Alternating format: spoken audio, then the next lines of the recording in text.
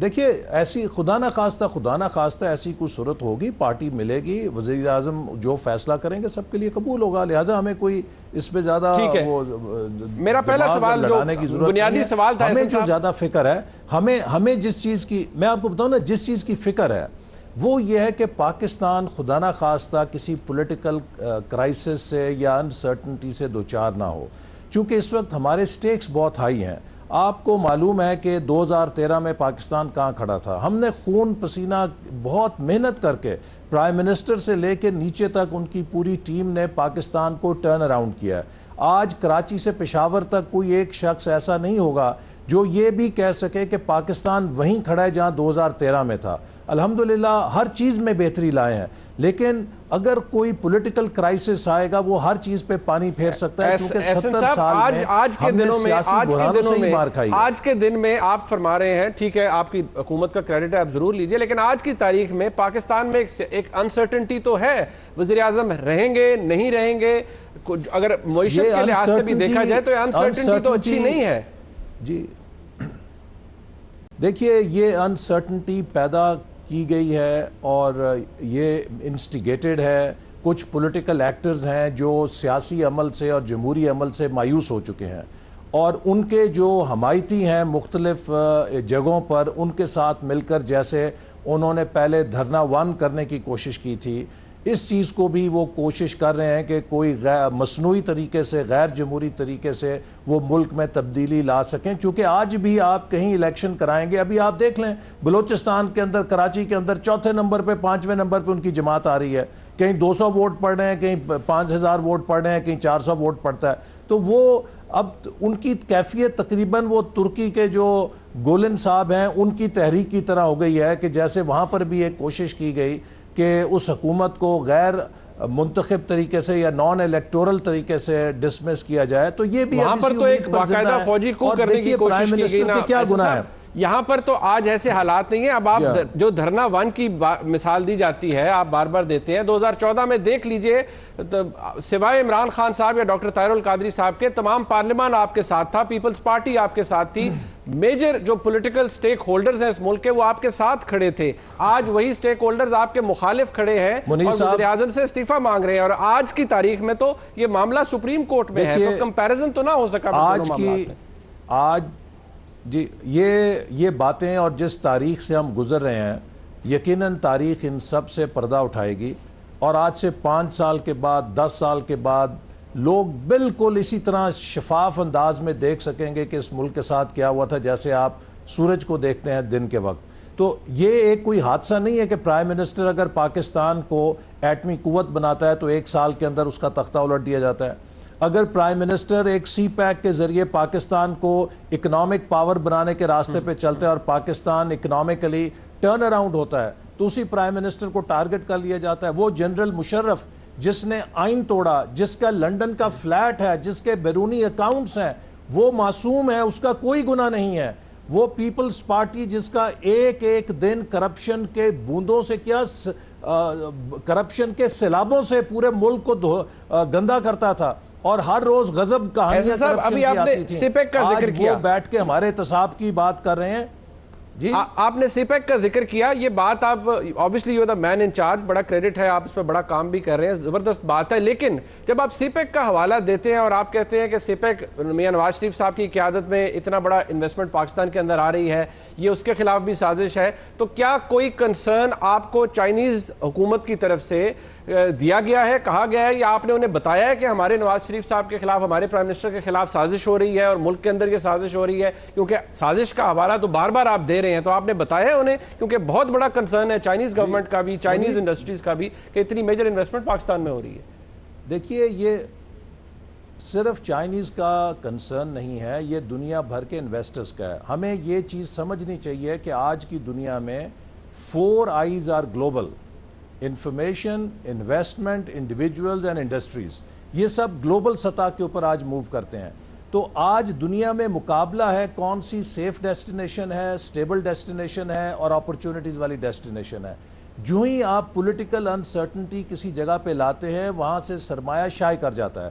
آج آپ کو معلوم ہے کہ میانمار جو ہے وہ 3 سے 5 ارب dollar foreign direct investment attract کر رہا ہے۔ ویتنام $9 بلین کی فورن انویسٹمنٹ اٹریکٹ کر رہا ہے. کس بات کو وہ سیل کر رہے ہیں؟ وہ اپنی سٹیبلٹی کو سیل کر رہے ہیں. صاحب پریسائزلی میں یہی پوچھ رہا ہوں, مجھے بتا دیجئے کوئی کنسرن آیا ہے آپ تک سی پیک کی حوالے سے کہ سی پیک کے خلاف کوئی سازش ہو رہی ہے, ہینس یہ پینما سب کچھ, کیونکہ پینما کے اندر تو آپ کو یاد ہوگا کہ صرف یہاں نواز شریف صاحب کا نہیں بلکہ بہت سے ہندوستانیوں کا نام آیا, بہت سے امریکنز کا نام آیا. تو how can this be a conspiracy just against the Prime Minister of Pakistan? یہ تو پھر بہت بڑا سکیم ہے پھر ملک کے. اور جی اس لیے آپ دیکھیے کہ دنیا میں کہیں اس طرح کے بھونچال پیالی کے اندر طوفان نہیں لائے گئے پاناما کے ذریعے جیسے کہ پاکستان میں لایا جا رہا ہے, جبکہ ایک ایسی حکومت ہے جس نے پاکستان کی ٹرانسپیرنسی انٹرنیشنل میں رینکنگ کو اوپر کیا ہے, اور یہ سب دنیا مانتی ہے کہ ہم نے پاکستان میں کرپشن کو کم کیا ہے, قابو میں لائے ہیں, اس کو کنٹرول میں لائے ہیں, اور پاکستان میں شفافیت بڑھی ہے. سی پیک کے بارے میں ایک بڑی مس انڈرسٹینڈنگ ہے. دیکھیے انفراسٹرکچر کے پروجیکٹس جو ہیں یہ حکومتوں کی سطح پہ ہوتے ہیں. ہم چائنا کی حکومت سے مل کر جو اس میں توانائی اور انفراسٹرکچر کی انویسٹمنٹ کر رہے ہیں, دس is like 20% of CPEC. 80% of CPEC is based on business to business and foreign direct investment. اور CPEC کی اصل کامیابی یہ نہیں ہے کہ ہم نے صرف چین کے جو ورکرز ہیں ان کا دفاع کرنا ہے اور ہم نے کوئی سیکیورٹی وال کھڑی کر لی تو CPEC کامیاب ہو جائے گا. اس سیکیورٹی وال سے بڑی سیکیورٹی آف انویسٹمنٹ کلائمیٹ ہے جو اچھا احسن صاحب مجھے چلے یہ بتا دیجئے, اگر اس انویسٹمنٹ کلائمیٹ کو ہم ناکام ہو گئے, ٹھیک ہے آپ کی بات برقرار رکھنے میں ناکام ہو گئے تو آپ 20,000 فوجی اور ریز کر لیں, سی پیک ٹیک آف نہیں کرے گا. اوکے چلیں پوائنٹ ٹیکن, لیکن میرا سوال سی پیک کے حوالے سے تھا, چلیں اس پہ آپ کا موقف آ گیا. میرا سوال اب میں دوبارہ اس طرف آتا ہوں کہ وزیراعظم پارلیمنٹری پارٹی کی میٹنگ میں آتے ہیں, مناظر تالیاں بج رہی ہیں, وزیراعظم کے حق میں تقاریر ہو رہی ہیں, بہت زبردست بات ہے, لیکن وہی پولیٹیکل پارٹی, وہی پارلیمنٹری پارٹی جب وزیراعظم یہ کہتے ہیں کہ ان کا دامن صاف ہے, تو کیا وہی لوگ جو وزیراعظم کے ساتھ بیٹھتے ہیں, جن سے وزیراعظم مشاورت کرتے ہیں, کیا وہ وزیراعظم سے اتنی اخلاقی جرات رکھتے ہیں, پوچھتے ہیں کہ جناب اگر سب کچھ صاف ہے تو پھر کیا وجہ ہے کہ 1 سال ہونے کے باوجود اب تک سوالوں کے جواب نہیں آ سکے, ادھورے ہیں, آج کی تاریخ میں بھی سپریم کورٹ جواب مانگ رہی ہے, جواب نہیں مل رہا؟ دیکھیے منیب یہ بات غلط ہے کہ جواب نہیں آیا. جے آئی ٹی کے پہلی چیز تو یہ کہ ہمیں پرائم منسٹر کو اور ان کے بچوں کو علیحدہ ٹریٹ کرنا پڑے گا. جو پرائم منسٹر کے وکیل وہاں پر دلائل دے رہے ہیں وہ پرائم منسٹر سے متعلق ہیں, اور چونکہ پرائم منسٹر ڈائریکٹلی کسی بھی بزنس میں یا انڈائریکٹلی انوالو نہیں ہے تو وہ ان سے جواب نہ متوقع ہے نہ ان کا دینا بنتا ہے. البتہ حسین نے اور ان کے بچوں نے جے آئی ٹی کے سامنے وہ تمام ٹریل ثابت رکھی دبئی کے اندر ان کے دادا نے کس طرح مل کو فروخت کیا, اور اس کے کاغذات جو تھے وہ دبئی کی وزارت خارجہ سے بھی اٹیسٹڈ تھے, وہاں کی پاکستان کی ایمبیسی سے بھی اٹیسٹڈ تھے, اور متعلقہ محکموں سے بھی اٹیسٹڈ تھے. وہ تمام کاغذات وہاں پیش کیے گئے اور ان کو کنسیڈر نہیں کیا گیا. لہٰذا جب پرائم منسٹر کے بچوں کے وکلا آئیں گے تو وہ ساری ٹریل کو وہاں بتائیں جو انہوں نے اگر آپ کی بات جس طرح آپ فرما رہے ہیں ان کو نظر انداز کیا. سر جس طرح آپ فرما رہے ہیں had it been so simple تو پہلے 547 صفحات کی ججمنٹ ہے جس میں معزز جج صاحبان نے آپ کے شریف خاندان کے وکلا, جس میں مریم صاحبہ کے, حسین صاحب کے, حسن صاحب کے, میاں نواز شریف صاحب کے وکلا نے کنسیڈ کیا کہ گیپس ہیں ہماری انفارمیشن میں. اب جب کہ جے آئی ٹی کی پروسیڈنگز کمپلیٹ ہوگی ان دونوں کو سائڈ پر رکھ دیجئے. میں تو آج پوچھ رہا ہوں کہ اگر ایویڈنس نہ بھی صحیح, ظاہری بات ہے میاں صاحب کو نہیں پتا ہوگا کہ ان کے بچوں کا سارا کاروبار کس طرح ہے, کیا معاملات ہیں, لیکن ایک تضاد ضرور ہے. وہ تضاد اتنا اپیرنٹ ہے, اتنا obvious ہے کہ وہ موجود ہے وزیراعظم صاحب کے اپنے موقف میں اور ان کے بچوں کے موقف میں, جو کہ اب ریکارڈ کا حصہ ہے. تو اس طرح تو نہیں ہو سکتا کہ بالکل ہی تضاد ہو اور پھر ایکسپیکٹ کیا جائے کہ پھر اس کو سپریم کورٹ یا کوئی بھی باڈی جو ہے وہ ایکسپٹ کر لے. دیکھیے میں تو آپ سے یہی سوال کر رہا ہوں نا کہ وہ تو اب قانون کے مطابق یہ چلے گا کیس, اور اس کے اوپر آئین اور قانون فیصلہ کریں گے. لیکن لوگ اس چیز کو محسوس کر رہے ہیں کہ پرائم منسٹر کو جیسے گرل کیا جا رہا ہے کچھ چیزوں کے بارے میں. اگر آپ کی بات مان لی جائے تضاد ہے, یا 2 آنے کا تضاد ہے, 4 آنے کا تضاد ہے, پرائم منسٹر کے موقف میں تو جو کوئی معمولی تضاد ہوگا اس کے اوپر آپ نے دیکھا ان کا کیا اشر ہو گیا. یہاں تو K2 سے بڑے بڑے جو کرپشن کے پہاڑ ہیں اور آئین شکنی کے پہاڑ ہیں, جنرل مشرف اور زرداری صاحب اور ان کا ٹولہ, اس کو تو کسی نے ہاتھ نہیں لگایا. میں یہ نہیں کہہ رہا کہ two wrongs make one right. آپ کی ہاتھ لگواتے نا, میں وہی عرض کرتا ہوں سر, لگوانا چاہیے تھا ہاتھ, آنا چاہیے تھا. ہم نے جب ہاتھ لگانے کی کوشش کی تو آپ نے دیکھا کہ اس کے نتیجے میں وہ الائنس بھی ٹوٹ گیا جو ڈیموکریسی کا تھا, اور آج سارے اکٹھے کھڑے ہیں. وہ نیشنل ایکشن پلان جس کے اوپر ہم نے سب کو اکٹھا کر کے اس ملک کے اندر دہشت گردی کے لیے, آپریشن عزم کے لیے آئین کی ترمیم پاس کرائی اور سارے بڑے بڑے فیصلے کیے, اگر ہم نے وکٹمائزیشن شروع کی ہوتی تو پیپلز سے اور دوسری جماعتوں سے ہم تعاون لے سکتے تھے. ہمارے سامنے بڑے ایجنڈاز تھے کہ اس ملک کو دہشت گردی سے صاف کرنا ہے. اب وہ ایک ٹریڈ آف تھی کہ یا آپ ان کے اوپر پرسیکیوشن کریں ان کی کرپشن کے اوپر, یا سب کو ساتھ لے کے, چونکہ قوم نے سپلٹ مینڈیٹ دیا تھا, ہمارے پاس سینٹ نہیں تھی, ہم سینٹ سے لیجسلیشن پیپلز پارٹی کے ووٹ کے بغیر نہیں کر سکتے تھے. تو آپ مجھے بتائیے کہ first things have to be first. For greater goodness آپ نے کرپشن کو کنڈون کیا, سب سے بڑی چیز تھی. سو آپ یہ فرما رہے ہیں کہ فار گریٹر گڈنس, بڑے آبجیکٹو اچیو کرنے کے لیے آپ نے کرپشن کو کنڈون کیا. ٹھیک ہے, چلے آپ کہتے ہیں اس سے آپ کا الائنس جو ہے وہ ٹوٹ گیا. ہم نے کنڈون نہیں کیا, ہم نے اس کاروائی کو مؤخر کیا, چونکہ ہمارے لیے جو مینڈیٹ قوم نے دیا تھا اس میں کوئی گنجائش نہیں تھی کہ ہم پیپلز پارٹی کے تعاون کے بغیر دہشت گردی کے خلاف جو بڑی بڑی آئینی ترامیم کرنی تھیں, جو فوجی عدالتیں بنانی تھیں, وہ ہم کر سکتے. تو آپ مجھے بتائیے کہ یا تو ہم اس جنگ کو چھوڑ دیتے اور پیپلز پارٹی کے خلاف انتقامی یا احتسابی کارروائیوں کا سلسلہ شروع کر دیتے اور ملک اس دہشت گردی کے دلدل میں ڈوب جاتا ہے جس سے معیشت بھی تباہ ہو جاتی ہے. خیر پیپلز پارٹی کو احسن صاحب آپ کی بڑی شکایات ہے اس میں چیزیں بلیک اینڈ وائٹ نہیں ہوتی, آپ کو ٹریڈ آف پڑتے ہیں بہت سے. پیپلز پارٹی کو آپ بھی شکایات ہیں. بہرحال میں دوبارہ اس پارلیمنٹری میٹنگ کے اندر آ جاتا ہوں. احسن صاحب دیکھیے, آپ کی پارٹی کے اندر بہت سی آراء ہوتی ہیں, آپ کی اپنی رائے ہوگی, چودھری نثار علی خان صاحب کی اپنی رائے ہوگی, آپ کے درمیان ایک پرانی رفاقت بھی ہے, عزت کا تعلق بھی ہے, لیکن ایسا کیا ہو گیا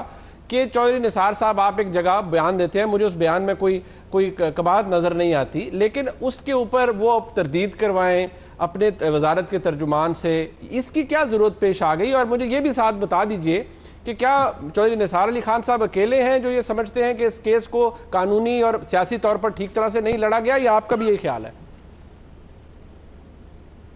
دیکھیے, اس بارے میں تو آپ چودھری نثار علی خان صاحب سے پوچھ سکتے ہیں کہ انہیں کیا برا لگا. میں نے اپنی دانست میں کوئی ایسی چیز نہیں کہی تھی جسے انہیں برا منانا چاہیے تھا. ہو سکتا ہے کوئی انہیں مس انڈرسٹینڈنگ ہو گئی ہو, لیکن میں سب کا احترام کرتا ہوں. سب ہمارے پارٹی کے لوگ قابل احترام ہیں, اور اختلاف رائے ہونا اور مختلف رائے ہونا یہ ایک ہیلدی ڈیموکریٹک ٹریڈیشن ہے. یہ ہر پارٹی کے اندر ہوتی ہے, ہر کابینہ میں ہونی چاہیے, ورنہ یک رنگی ہوگی. لہٰذا کوئی ایسی چیز نہیں ہے کہ ہمارے درمیان کوئی پرسنل اختلاف ہے, اور رائے کا اختلاف ہونا ایک اچھی صحت مند جمہوریت کی نشانی ہے. لہٰذا ہم سب آپس میں بات کرتے ہیں, مختلف رائے دیتے ہیں, لیکن جب فیصلہ ہو جاتا ہے تو ہم سب اس پہ متفق ہوتے ہیں. احسن صاحب, آخر میں آپ سے بس یہی پوچھنا چاہوں گا کہ ایک دم وزیر اعظم گئے تھے پارلیمنٹ کے اندر, جوائنٹ سیشن ہو گیا, جب انہوں نے ایک سازش کو محسوس کیا. آج کی تاریخ میں آپ کے معزز ممبران, ممبر آف نیشنل اسمبلیز جگہ جگہ آ کر بار بار کہتے ہیں سازش ہو رہی ہے, سازش ہو رہی ہے. میں آپ سے بطور احسن اقبال صاحب, ایک ایز اے رسپانسبل منسٹر, آج کی تاریخ میں آپ مجھے بتا سکتے ہیں سازش ہو رہی ہے؟ اگر ہو رہی ہے تو مجھے یہ بتائیں کہ وزیر اعظم پارلیمنٹ کب جائیں گے؟ پارلیمان کو, جہاں سے وہ اپنی اسٹرینتھ ڈیرائیو کرتے ہیں, اس پارلیمان کو وہ کب بتائیں گے کہ ان کے خلاف کیا سازش ہو رہی ہے؟ دیکھیے, پہلی چیز تو یہ ہے کہ یہ کوئی ڈھکی چھپی بات نہیں ہے کہ جب سے یہ حکومت آئی ہے اس کے اوپر پی ٹی آئی نے اور عمران خان نے مختلف طریقوں سے کوشش کی ہے حملہ آور ہوں, اور اس بارے میں جاوید ہاشمی صاحب سے زیادہ مصدقہ کوئی گواہ نہیں ہو سکتا جو کہ ان کے اندرونی گواہ ہیں, اور انہوں نے جسے کہتے ہیں گھر کا بھیدی لنکا ڈھائے, اس حوالے سے پہلے بھی قوم کو بتایا تھا ان کے کیا ڈیزائنز تھے, اور اب پھر وہ گاہے بگاہے بتاتے رہے ہیں. ہم اس بات کو مکمل طور پہ دیکھ رہے ہیں کہ یقیناً کوئی لگتا ہے کہ ایک پولیٹیکل ایجنڈا ہے جس سے پرائم منسٹر کو ٹارگٹ کیا جا رہا ہے, لیکن ہمیں سپریم کورٹ پہ اعتماد ہے کہ سپریم کورٹ کسی پولیٹیکل ایجنڈا سے انشاءاللہ انفلوئنس نہیں ہوگی. بہت شکریہ. کیونکہ سپریم کورٹ کے جو فیصلے ہیں وہ ہمیشہ تاریخ میں لکھے جاتے ہیں اور اس کے اوپر ڈیبیٹ ہوتی ہے, اور ہم نے جسٹس منیر کی روح کو اور ان فیصلوں کو دفن کر دیا ہوا ہے, اور اب انشاءاللہ آئین اور قانون کے تحت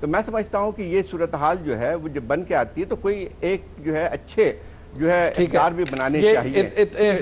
افتخار صاحب سے میں پوچھوں. افتخار صاحب ابھی زاہد صاحب کہہ رہے تھے کہ جس نوعیت کے جو الزامات ہیں وہ لگائے گئے نواز شریف صاحب پہ یا ان کے خاندان کے حوالے سے, خاص طور پہ چلے نواز شریف صاحب کے حوالے سے پٹیشنر تو یہی کہہ رہے ہیں سب کچھ ان کا ہے, اس طرح کے الزامات کسی اور لیڈر پر نہیں آئے, یہ کہنا ہے زاہد حسین صاحب کا. آپ اس سے ایگری کرتے ہیں؟ اور دوسرا بات یہ بھی مجھے ساتھ ہی بتا دیجئے کہ کیا استعفیٰ دے دینا اس سے نااہلی کا جو خطرہ ہے وہ ٹل سکتا ہے؟ نہیں. پہلی بات ہے کہ دنیا کے کسی بھی ملک میں ایسا نہیں ہوا کہ 20 سال پرانی چیزوں کو آپ لے کے آئیں اور اس پہ آپ ساری پالیٹکس کریں. جو الزامات لگائے گئے ہیں ان میں بہت پرانے الزامات ہیں. سوال یہ پیدا ہوتا ہے کہ اس وقت یہ مشورہ دینے والے جو آج مشورہ دے رہے ہیں کہ وہ استعفیٰ دیں, یہ کیا کر رہے تھے؟ کیا انہوں نے پاکستان میں ان اداروں کو مضبوط کرنے کی کوئی ایماندارانہ کوشش کی کہ یہاں پہ ایسے ادارے ہوں کہ اس قسم کی صورتحال میں وہ ایکٹ کریں؟ دوسرے ملکوں کی ہم مثال دیتے ہیں. دوسرے ملکوں میں منی لانڈرنگ کے معاملے میں فوری طور پہ رد عمل ہوتا ہے, فوری طور پہ جو متعلقہ محکمے اور ادارے ہیں وہ اپنا ایکشن لیتے ہیں. یہ نہیں 10-15 سال کے بعد لا کے آپ کے خلاف ایک FIR درج کرانے کی کوشش کی جائے. Number 1. Number 2, political authority in کی اتنی زیادہ ہے کہ انجوائے کرتے ہیں میجورٹی ان دی نیشنل اسمبلی, اور پنجاب کے اندر تو اس حد تک ان کے پاس اکثریت ہے کہ وہ 150 کو اگر کہہ بھی دیں کہ آپ چلے جائیں کسی اور بینچ پہ جا کے بیٹھ جائیں تو تب بھی ان کو فرق نہیں پڑتا. ایک چیز ہے کہ ماحول کا بننا جو آپ نے کہا, میں سمجھتا ہوں دیکھو بات یہ ہے منیب کہ یا تو ہم آئین میں یقین رکھیں, اس ملک کی عدلیہ میں یقین رکھیں, اور یا پھر ہم اپنی منمانی میں یقین رکھیں. ایک مقدمہ اب سپریم کورٹ آف پاکستان کے پاس ہے, 2 جج اپنی رائے دے چکے ہیں, 3 ججز اپنے آپ کو مطمئن کرنا چاہتے تھے.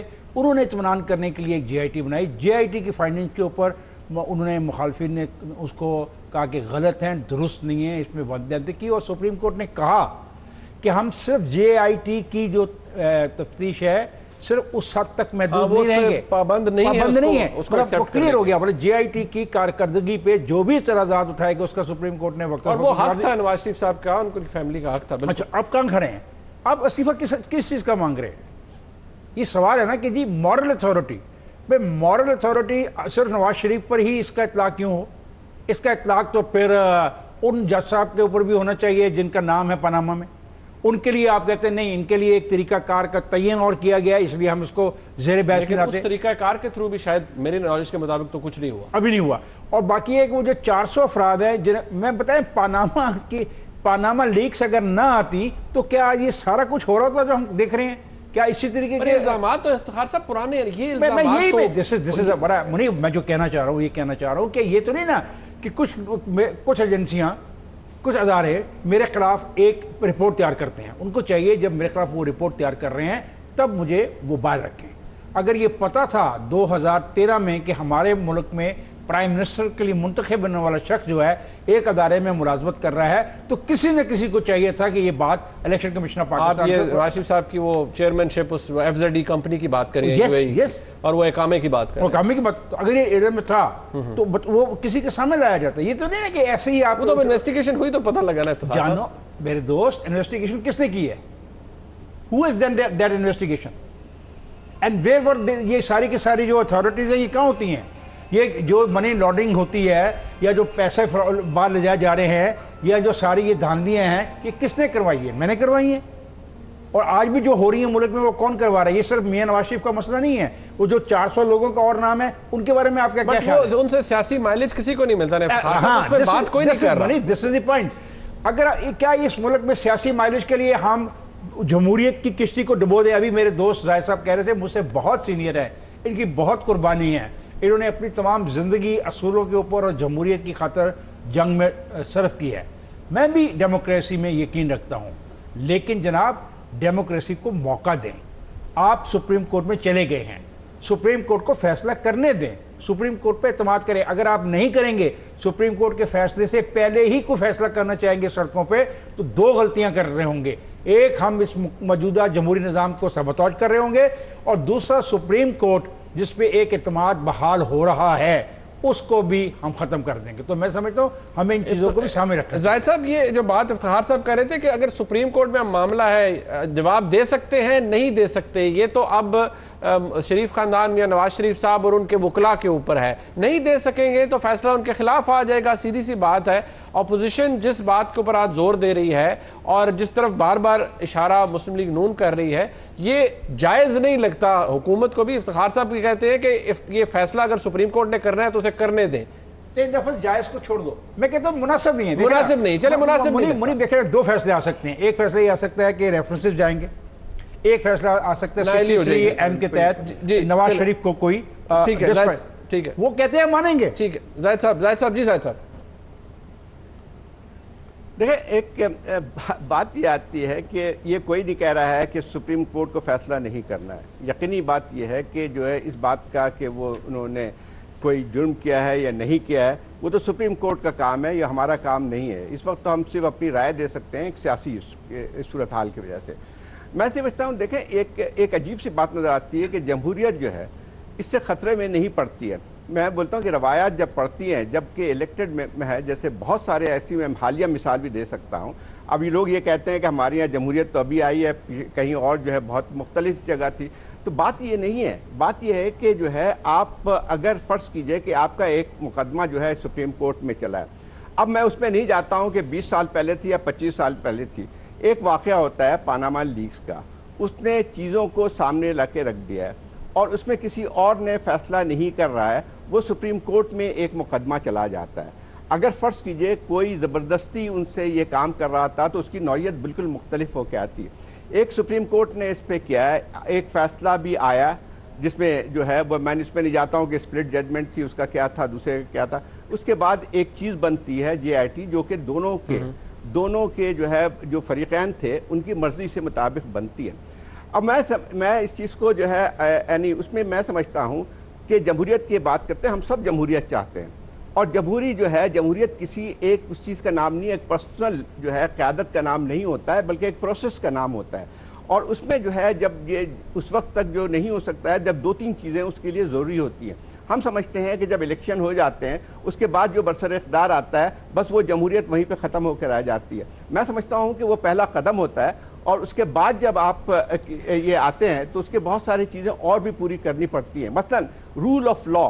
اب یہ کہہ رہے ہیں 20 سال پہلے, یقینی طور پہ میں بھی لکھتا رہا ہوں ان چیزوں کے بارے میں, مجھے بھی اندازہ ہے کہ 20 سال پہلے میں نے بہت ساری چیزیں لکھی تھی. لیکن یہ جو ہوتا ہے جب فرض کیجئے کسی بھی وقت میں یہ آتی ہیں چیزیں سامنے ابھر کے ایک واقعے کی وجہ سے اور اس میں پھر اور بھی چیزیں نکلتی چلی جاتی ہیں, تو میں نہیں کہہ رہا ہوں کہ میں فیصلہ نہیں دینے جا رہا ہوں کہ وہ کیا تھا یا نہیں تھا, لیکن ایک صورتحال, ایک سیاسی صورتحال بن کے آتی ہے. اور ایک اور چیز میں آپ سے کہہ دوں کہ جو ہے یہ آپ کہہ رہے ہیں ایک بات, ایک سوال آپ کے تجزیے میں, ایک سوال میں آپ کے سامنے رکھنا چاہوں گا, آسان شاید ہو جائے میرے لیے بھی سمجھنے کے لیے, کہ کیا یہ محض اتفاق ہے کہ ہمارے ملک کی 70 سالہ تاریخ میں مطلب کوئی ایک بھی وزیر اعظم ایسا نہیں ہے جو اپنی ٹرم خیر خیریت سے پوری کر کے چلا جائے؟ کیونکہ میں اس لیے یہ کہہ رہا ہوں کہ آج بھی حوالے دیے جا رہے ہیں سازشوں کے. ظاہری بات ہے جو ڈاک میں ہوتا ہے وہ کہتا ہے سازش ہو رہی ہے. میں بلکہ آپ کو ایک کلپ دکھا دیتا ہوں, پھر میں چاہتا ہوں آپ اور افتخار صاحب دونوں اس کو ذرا ایویلیویٹ کریں. آج ہی عمران جماعت کے MNA جناب طلال چودھری صاحب کیا کہہ رہے تھے عمران خان صاحب کے حوالے سے, ذرا یہ کلپ دیکھیے. صاحب گلی گلی میں شور ہے کہ نیازی کے پیچھے کوئی اور ہے. اب زاہد صاحب یہ دیکھیے, اب ٹھیک ہے آپ کا تجزیہ اپنی جگہ, لیکن ایک تو میری وہی بات کہ کیا وجہ ہے کہ آج تک کوئی وزیر اعظم اپنی ٹرم پوری نہیں کر سکا, جو سازش جس کا ذکر 2014 میں ہوا اور آج بھی یہ بات ہو رہی ہے. دیکھیں یہ بہت بدقسمتی ہے, یقینی بات یہ ہے کہ اس سے کوئی بھی جو ہے وہ نہیں کرے گا. لیکن دیکھیں جتنے لوگوں نے, میں وہی بات کرتا ہوں کہ جتنے بھی ہوئے ہیں, جتنے بھی وزیر اعظم یہاں سے ہٹائے گئے ہیں, ایک جو ہے انکانسٹیٹیوشنل طریقے سے ہٹائے گئے, چاہے وہ مسٹر بھٹو ہوں یا چاہے اس کے بعد جو ہے جو اس کے بعد ہوتے رہے, وہ ایک طریقہ کار جو ہے تھا اس میں ایک غلط طریقے سے ہٹایا گیا. ان کو یا تو کانسٹیٹیوشنل کو کے ذریعے ہٹایا گیا, لیکن بات یہ کوئی نہیں کہہ رہا ہے کہ آپ کو جو ہے اگر سازش ہے, میں ایک مثال بتاتا ہوں, یا تو آپ کہتے ہیں گلوبل سازش ہے اور میں سمجھتا ہوں کہ ایسا لگتا ہے جیسے ساری دنیا کی نظریں وہ اپنے سارے مسئلے مسائل ہٹا کے جو ہے پوری نظریں جو ہے پاکستان پہ پڑی ہوئی ہیں کہ جو ہے وہ کہ ان کو نواز شریف صاحب کو ہٹانا ہے. دیکھیں بات یہ ہے کہ اگر یہ سازش ہے تو اس کو آپ ناکام کیسے بنائیں گے؟ فرض کیجئے کوئی بہت بڑی سازش ہو رہی ہے، کوئی جمہوریت کو ختم کرنے کے لیے ہوتی ہے، تو آپ کی پوری کوششیں یہی ہونی چاہیے کہ وہ جمہوری پروسیس کو کسی طور پہ بچایا جائے. اگر فرض کیجئے دیکھیں اس وقت ابھی جو ہے ایک قانونی طریقہ ہے، اس وقت قانونی طریقہ ہے، یہ جو ہے کیس کوئی باہر سے نہیں کر رہا ہے، کوئی ملٹری کورٹ کے اندر نہیں جا رہا ہے، یہ جو ہے یہ جو ہے سپریم کورٹ کے اندر ہے، چل رہا ہے، جس میں اچھا دوسری ایک اور بات سنیں. دوسری بات یہ ہے کہ یہ بھی نہیں کہا جا سکتا ہے کہ جو ہے ان کو کوئی موقع نہیں مل رہا ہے. پچھلے 8 مہینے سے یہ کیس چل رہا ہے. پہلے سپریم کورٹ کی ایک بینچ 5 رکنی بینچ نے ایک فیصلہ کیا، اس کے بعد JIT بنتی ہے، پھر اس کے ایک ریویو ہونے جا رہا ہے. تو میں یہ کہہ رہا ہوں کہ یہ طریقہ کار جو ہے میں یہ سمجھتا ہوں کہ اس سے جمہوریت کمزور نہیں ہوتی. جمہوریت کمزور نہیں، افتخار صاحب جمہوریت کمزور نہیں ہو رہی. افتخار صاحب اپنے کیمرے میں آپ دیکھیں. نہیں زاہد صاحب بالکل میری بات کو غلط لے گئے. زاہد صاحب جمہوریت ایک آدمی کا نام نہیں ہے، اور جمہوریت جس طرح آپ نے کہا کہ رویوں کا نام ہے، اس میں رویہ صرف حکومتی پارٹی کا نہیں ہوتا، اس میں اپوزیشن کا بھی رویہ ہوتا ہے. اس اپوزیشن نے بیٹھ کے اپوزیشن کا اسپوکسمین کی حیثیت سے نہیں بات کر رہا. ایک سیکنڈ میرا پوائنٹ آف ویو تو سننا کہ اپوزیشن کا بھی اس میں رول ہوتا ہے. اس ملک کے اندر جب چارٹر آف ڈیموکریسی لکھا گیا تو ہم جیسے لوگوں نے بہت خوشی کا اظہار کیا تھا کہ بہت اچھا ہوا معاملات یہاں تک پہنچ گئے، ٹھیک ہے. تو کیا اس چارٹر آف ڈیموکریسی میں یہ نہیں لکھا ہوا تھا کہ یہ پارلیمنٹ ایک ایسا قانون بنائے گی جو احتساب کے لیے ہوگا؟ کیوں نہیں بنا وہ قانون؟ اس میں آپ نواز شریف کو الزام نہیں دے سکتے. یہ تمام لوگ اس میں ایسے ہیں جو نہیں چاہتے اس ملک میں صاحب ہو. ایک بات اور بھی سن لیجئے گا، بات یہ ہے نواز شریف استعفیٰ دے کے کسی کی ایگو کو تسلی نہیں میں نے پہنچانی. اس کی خامیاں اپنی جگہ، اس کی کوتاہیاں اپنی جگہ. اور یہ جب مجھے پتہ لگا کہ وہ کسی جگہ پہ ملازمت کرتا رہا ہے، میں بہت دکھی ہوں. لیکن کیا میرا دکھ پاکستان کے مسائل سے بڑا دکھ ہے؟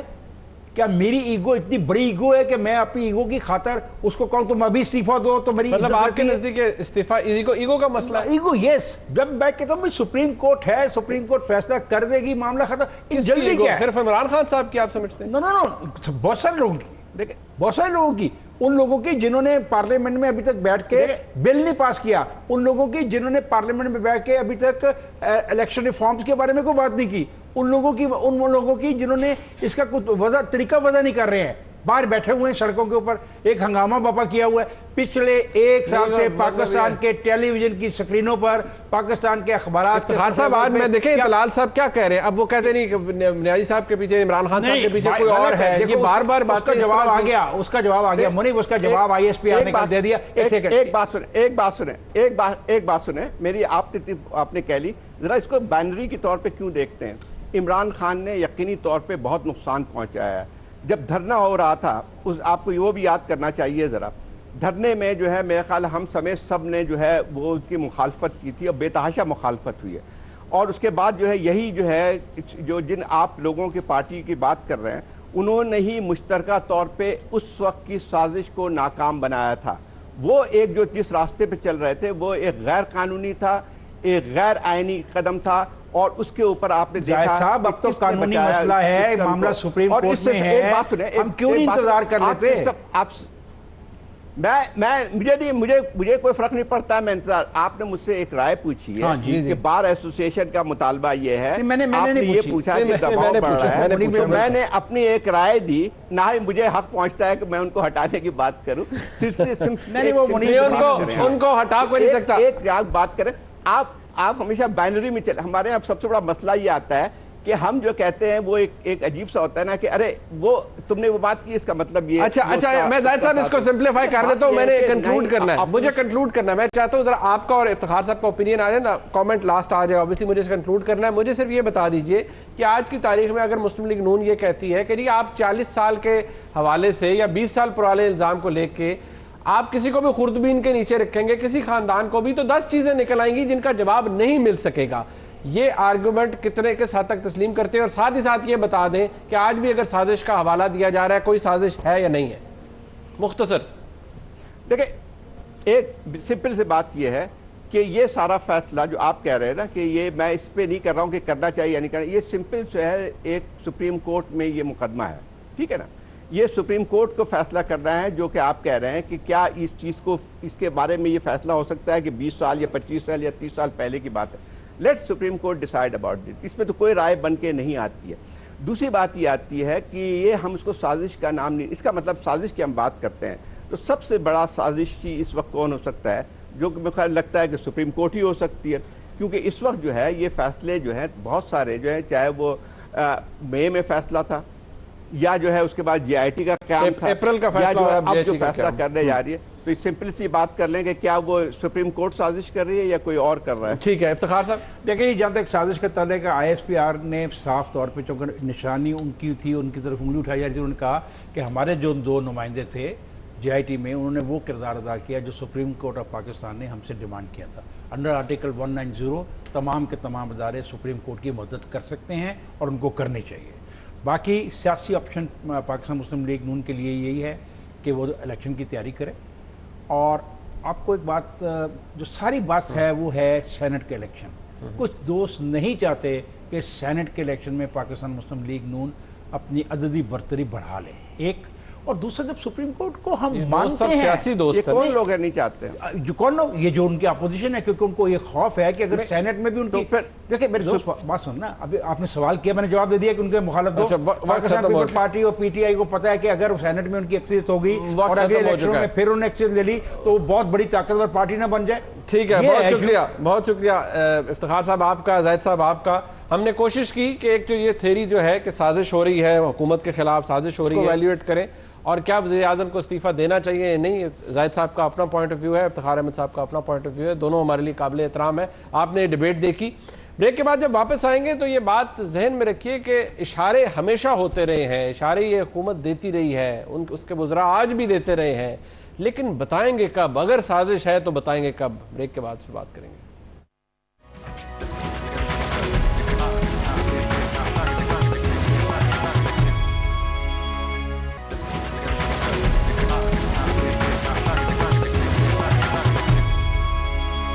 میاں محمد نواز شریف 30 سال سے بھی زیادہ عرصے سے اقتدار کی غلام گردشوں میں اہم کردار ادا کرتے آئے ہیں.